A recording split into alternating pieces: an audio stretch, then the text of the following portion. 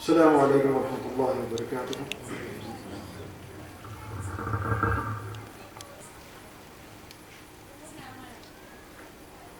اعوذ باللہ من الشیطان الرجیم. بسم اللہ الرحمن الرحیم.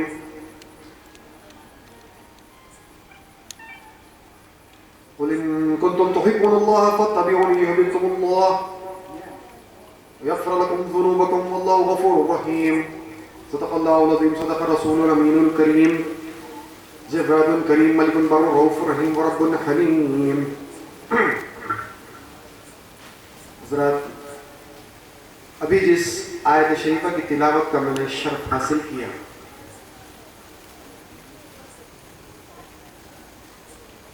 تیسرا پارہ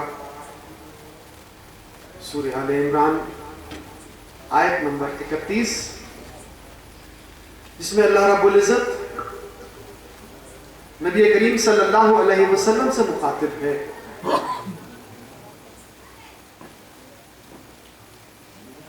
یعنی آپ کہہ دیجئے کہ جو اللہ کو چاہنے کا، اللہ سے محبت کا دعویٰ کرتے ہیں، وہ آپ کی اتباع کرے تاکہ اللہ ان کو چاہے اور ان کے گناہوں کی معافی ملے اور اللہ رب العزت معاف کرنے والا اور نہایت مہربان ہے.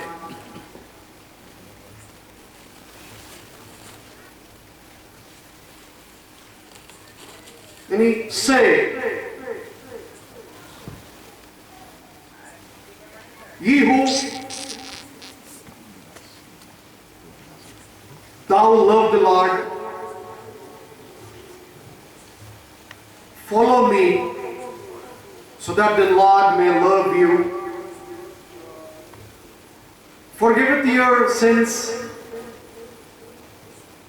as he is the oft forgiver and the most merciful.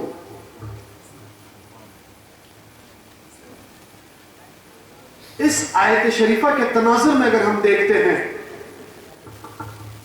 تو سب سے اہم چیز ہے اتباع رسول اللہ صلی اللہ علیہ وسلم.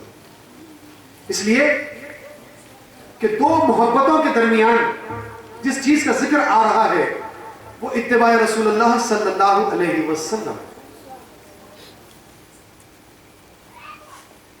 یعنی مخلوق کا خدا کو چاہنا، خدا کا مخلوق کو چاہنا، ان دونوں کے درمیان اتباع رسول اللہ صلی اللہ علیہ وسلم. آج معترضین ہر اعتبار سے اس کوشش میں لگے ہیں کہ سنیوں کو سنیت سے کاٹ دیا جائے، کسی طریقے سے ان کے عقیدے کو خراب کر دیا جائے، بزرگان دین سے ان کو دور کر دیا جائے. ہر قسم کے ہتھ کنڈے آزماتے ہیں. آج ہم جن کے عرس شریف کے چراغوں کی محفل میں یہاں پر موجود ہیں، جو حضرت پہلوان شاہ ولی علیہ رحمت الرضوان کے نام سے جانے جاتے ہیں، اگر ہم اس آیت شریفہ کے تناظر میں دیکھتے ہیں تو میں آپ کو آج سے 800 سال پیچھے لیے چلتا ہوں.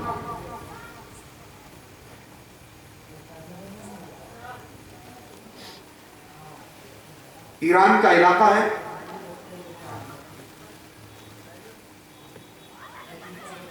وہاں کے بادشاہ نے یہ منادی کرا دی کہ اگر کسی نے میرے پہلوان کو، شاہی پہلوان کو، دربار کے پہلوان کو پچھاڑ دیا تو اس کو بے حساب انعامات و اکرامات سے نوازا جائے گا.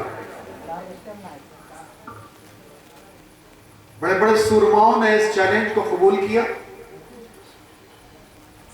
شاہی پہلوان ایران کے بادشاہ کی جو سرپرستی میں تھے ان کے مقابلے کو اترے، کوئی ٹک نہ پایا. ایک سید زادے جو بڑے مفلوق الحال تھے، مخروص تھے، ان کی اہلیہ نے ان کو مشورہ دیا کہ صاحب آپ نے بھی سنا ہوگا کہ درباری پہلوان شاہی پہلوان سے مقابلے کا اعلان، ہم یوں ہی مخروص ہیں، مخلوق الحال ہیں، آپ ایک مرتبہ قسمت آزمائی کیجئے۔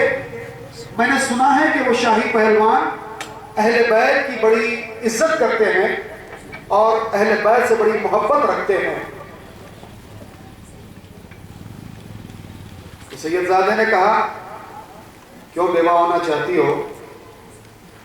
وہ پہلوان ہیں، شاہی پہلوان ہیں، دربار کے جو ہے سرپرستی میں انہوں نے جو ہے پہلوانی کی ہے، ان کا اور میرا کیا مقابلہ؟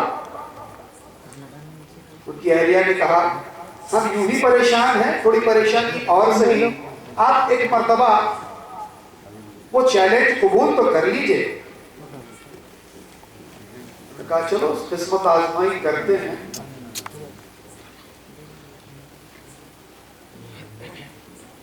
انہوں نے دربار میں جا کے کہا کہ میں آپ کے شاہی پہلوان سے لڑنے کے لیے تیار ہوں۔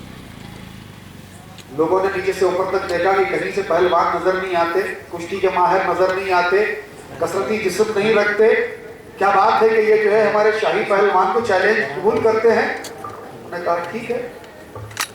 یہ بات آگے بڑھائی گئی، بادشاہ کے سامنے بات پہنچی، اس نے کہا کہ ٹھیک ہے، جو ہم نے منادی کرا دی ہے تو ہر کسی کو حق ہے کہ ہمارے پہلوان سے ہاتھ ملائے، کشتی لڑے، جیت اور ہار تو بات کی بات ہے، مگر ہر کسی کو حق ہے۔